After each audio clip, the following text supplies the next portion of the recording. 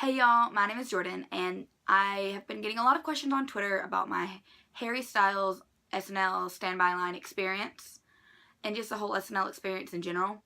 So instead of copy and pasting the story 5,000 times, like I've been doing, I decided just to make a video about it, so anybody who has questions about SNL standby in general, or anyone who has questions about Harry Styles specifically,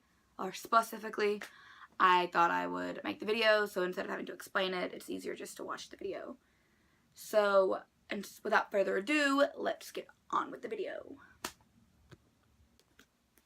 Okay, Saturday. The big day we have been waiting for all week. We have slept on the New York streets for 3 nights. They wake us up about 5:30. They tell us we have to pack all of our stuff up, so we're like rolling our sleeping bags, putting our things in our bags, and getting ready. And we have to stand up and we have to condense the line into one single file line. Because at this point, we had been like 2 people, not sleeping, we were like diagonal. But when we were like sitting and talking, we'd be like sitting in front of each other, like here and not like this. Like the single file lines like this, we were like this. So we could talk to each other. And so we were doing that, and then about 7 on the dot, we had SNL pages come out. And the pages are the people who they come out and they check your ID to make sure you're over 16, because to get into SNL you have to be over 16. To make sure that, because some of the stuff they say is like lewd and not appropriate for people younger. So they were checking IDs, and then they're going to come down the line. And in line, after some stuff happened, I was number 12. Out of the whole line, I was number 12. So I was trying to figure out if I should do dress rehearsal or live show. And this is one of the main things that you have to think about while you're in line. Do you want to do live show or do you want to do dress rehearsal?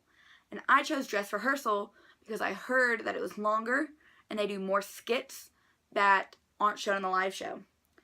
And Harry could be in one of the skits they cut, and then I'll want to be one of the only people to see it. So I was like, I need to do the dress rehearsal because there's also a better chance of getting into the dress rehearsal, because this show was such a big show because it was Jimmy Fallon and Harry Styles. It was the first live coast-to-coast show. So it was very difficult in my eyes, and a lot of other people's eyes, to know if we'd be able to get into the live show. So I thought my best bet would be to do the dress rehearsal. So I did, and I was number 7 for dress rehearsal, which is really good. I felt like I had a really good chance of getting in, because the last 2 times One Direction was on, they were on with Paul Rudd, and the first time only 11 people got in dress rehearsal. Nobody got in for live. And then when they were on with Amy Adams, like 20 people got in for dress rehearsal and like 8 for live, I think they said it was. So I didn't want to take my chances with live. So I did dress rehearsal, and I was number 7. So I got my ticket, which I can insert a picture of if you want me to, or you can just check my Twitter, which is linked below. I tweeted about it.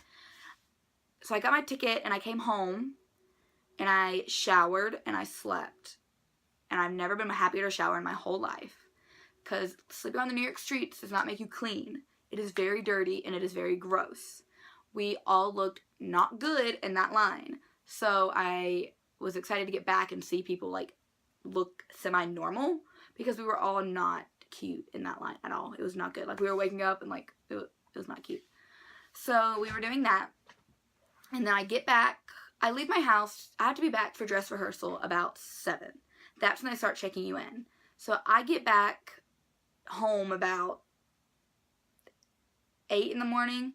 So I shower, I sleep, and then I sleep till about 1:30. After I slept till 1:30, I showered, did my hair, did my makeup, and I got to the city about 5-ish. But it took me about 30 minutes to walk to Rockefeller from where I get off. And then about 5:30, I get to Rockefeller, and I don't know where to go. So I go in, I ask the security, and they point me to the NBC store. So what I didn't know is that when you get a standby ticket, you show up back at 7, which I did know. But then you go to Rockefeller, there's an NBC store in Rockefeller, and you'll show them your ticket, they'll check you off, and they'll put you in a line. SNL is full of lines. It's full of lines. So I get there about 5:30, and they don't start checking you in until about 6:30, 6:45 maybe. So we're waiting. I'm waiting with some other people for a standby. So I finally get in. I go to the bathroom. I get in. I haven't eaten today. Like Friday, I did not eat at all. I was too nervous, too anxious. By the time I got in there and checked in, I was starving. I was so hungry because you don't know if you're going to get in. They keep telling you, you don't count on it until you get your butt in a seat, because they will take people all the way up to the last step to get in and then send you back down. You don't count on it till your butt is in a seat. So at first they take the first 5 people who have checked in, like the highest number. So for me, it was someone who was 3, 4, 5, 6, and 7, and I was 7 because 1, 2 haven't checked in yet.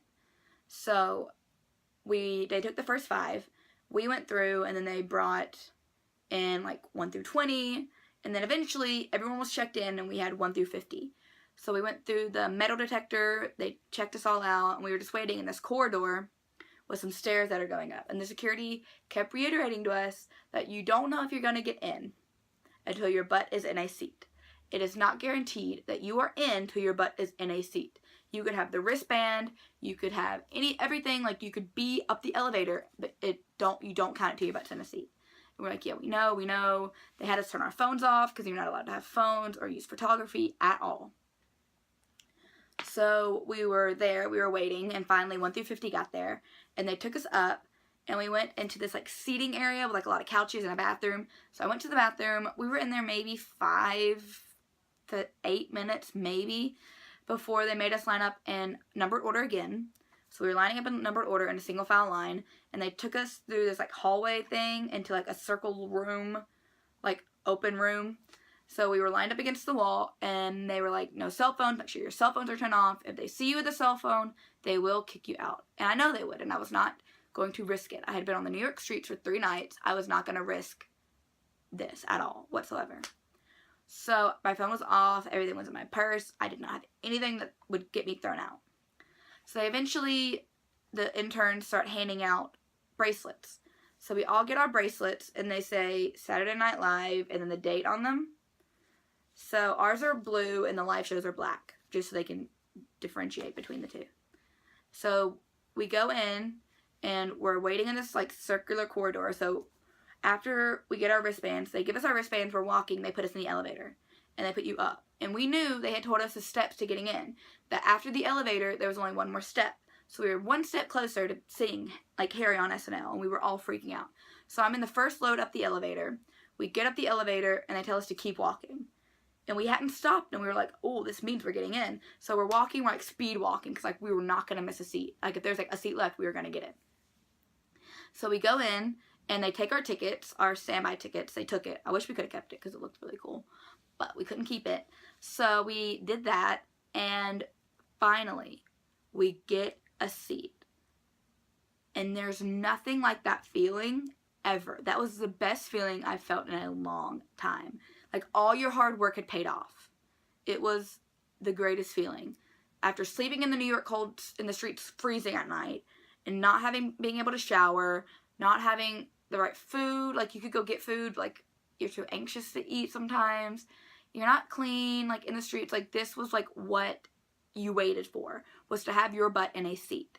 So I was sitting next to a girl named Abby, and then I had a mom and a daughter from Tennessee on the other side of me.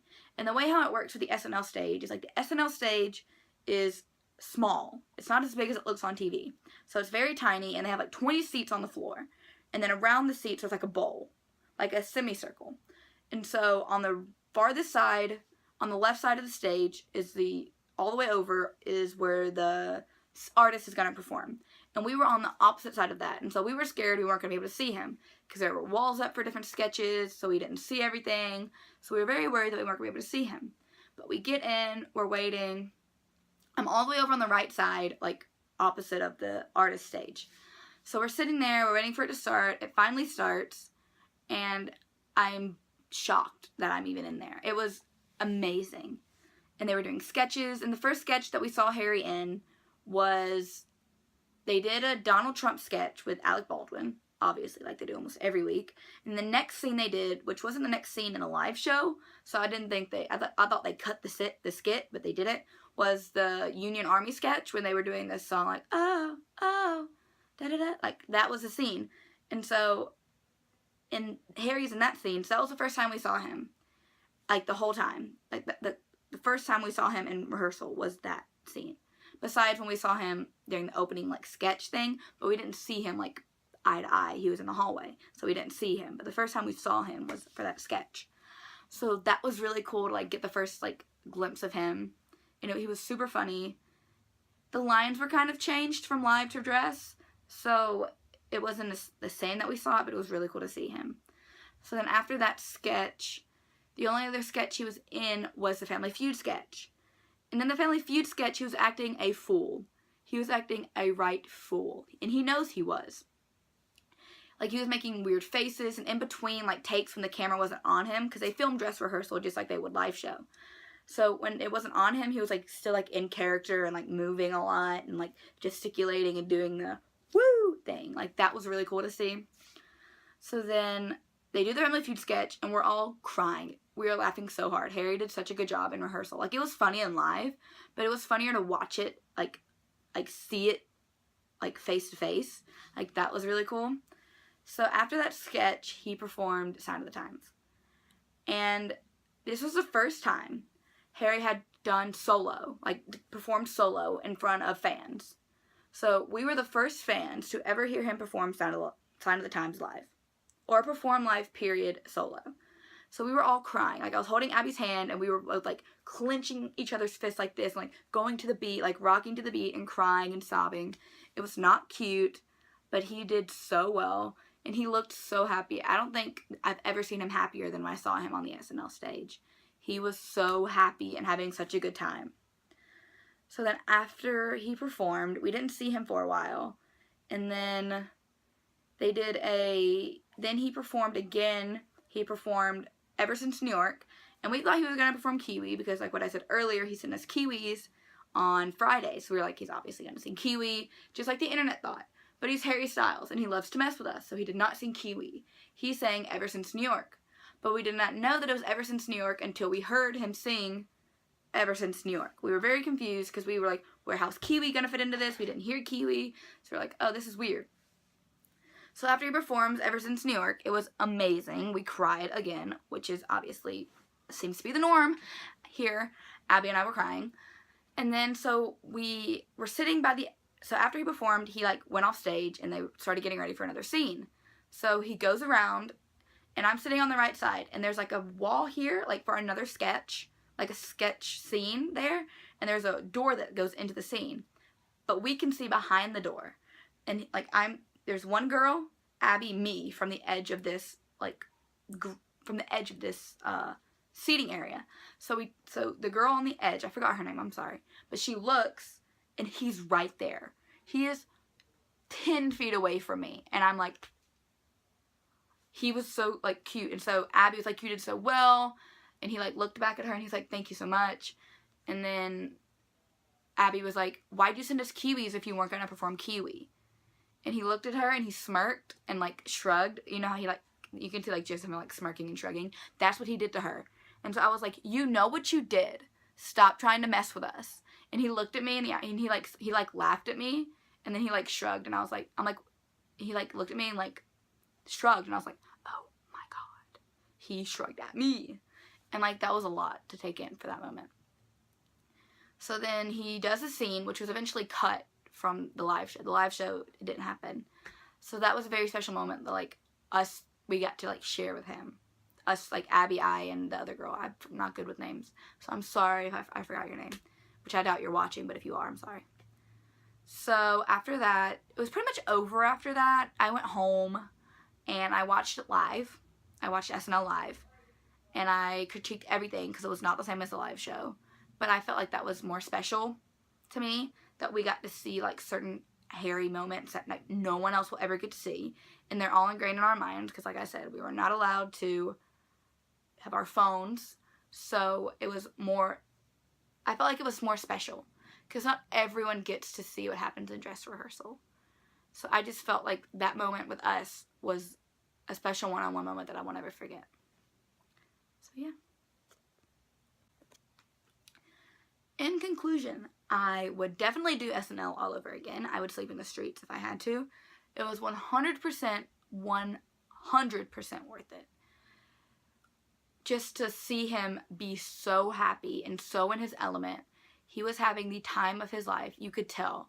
He was smiling. He was laughing. And recently, I've been seeing pictures of him and he hasn't been looking extremely happy.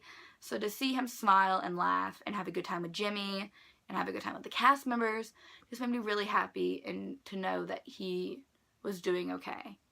Because I just want him to be happy and have a good life. And so to see him do that made it worth it. Like, to see him smile and have a good time with my own eyes was worth the 3 nights I slept. And to hear him perform Sound of the Times and Ever Since New York live for the first time ever, before anyone else had seen it, it was amazing. He did so well, and I miss him already. And it was such a great time. And if you ever had the chance to do SNL line standby, like the standby line, I would. It is worth it if you are really into whoever's going to be on there. Don't just, I mean, you can just do it to do it. If you're going to, like, sleep overnight, pick someone you really, really like. Cause it's kind of hard to sleep overnight in New York because it hurts your back and your sides. But it's your choice. And if you have any questions about SNL standby, you can comment them below, I guess, if you want to. I don't know. I'm not a YouTuber, so I don't know if that's the thing that people do. Or you can tweet me. My Twitter's in the link below. If you have any questions, I can answer. I just thought that this might be the best way to, one, give an SNL line, say my experience, because when I was looking for tips, when I was thinking about doing the standby line, I wasn't sure, so this might help somebody. And people who have been asking me my experience, like the SNL experience with Harry, I thought I would just explain it. It's easier to do it in a video than it would be to type it out 600 times. So yes, that's my experience. If you have any questions, like I said, you can comment below. You can tweet me if you want to, or not, or just watch it. Doesn't matter. Hope you enjoyed. Probably won't see you again because I'm not a YouTuber, don't make videos, but hope you have a good day and live on. Pre-order Harry Styles' new album. Comes out May 12th. Bye!